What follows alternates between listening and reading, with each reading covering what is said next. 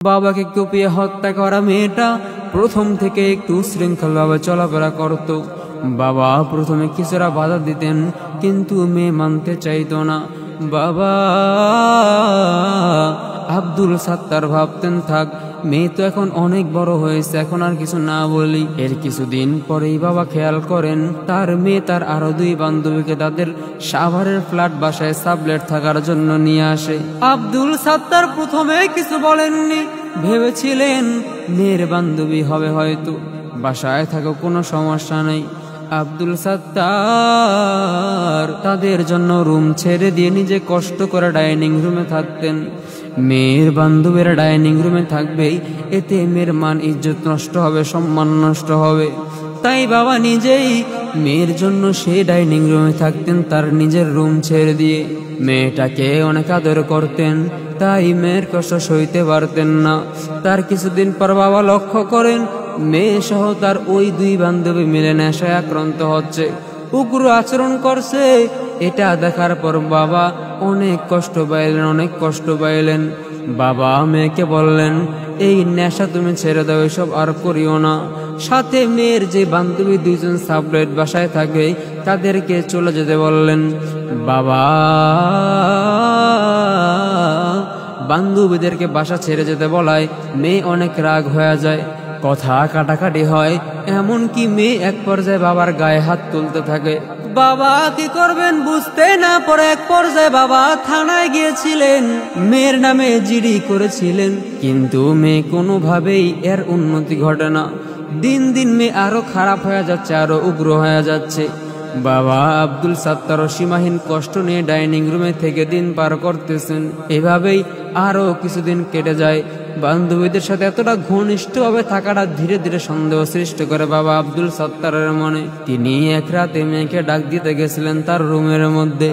মেয়েকে যখন ডাক দিতে যান, বাবা আব্দুল সাত্তার ডাইনিং রুম থেকে যখন রুমের মধ্যে গেলেন, বাবা আব্দুল সাত্তার দেখেন তার মেয়ে সহ তার ওই দুই বান্ধবী মিলিয়া সমকামিতায় লিপ্ত হয়ে গেছে।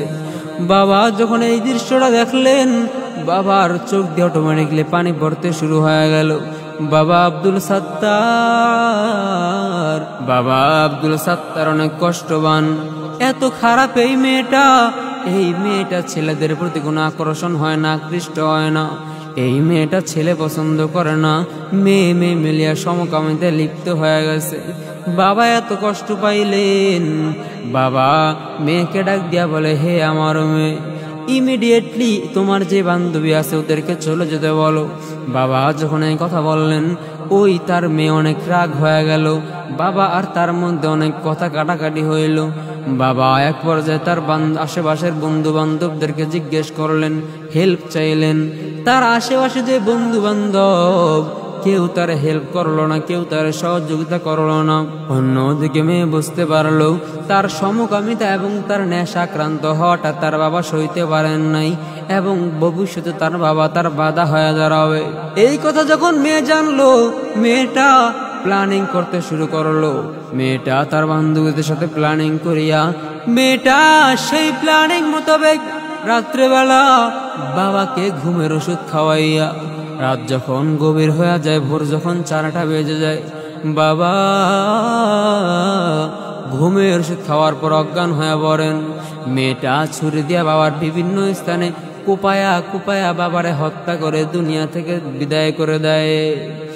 দুনিয়ার মানুষ যখন বাবা দুনিয়া থেকে চলে যায়, এই মেয়েটা একটা ধর্ষণের মিথ্যা নাটক সাজায় বাবাকে দেখিয়া, বাবাকে তার ভিডিওর সামনে আনিয়া, এমনকি হত্যা করার ওই ভিডিওতে মেয়েটা সবাইকে উদ্দেশ্য করে বলে, জনগণই যেন তাকে সাপোর্ট করে জামিনের ব্যবস্থা করে নেয়, কেননা তার উদ্দেশ্য ছিল তার খারাপ বাবাটাকে দুনিয়া থেকে চলে যাওয়া, সরাইয়া দেওয়া। এর আগে 2023 সালেও বাবার নামে ধর্ষণের মিথ্যা মামলা করেছিল এই মেয়েটা।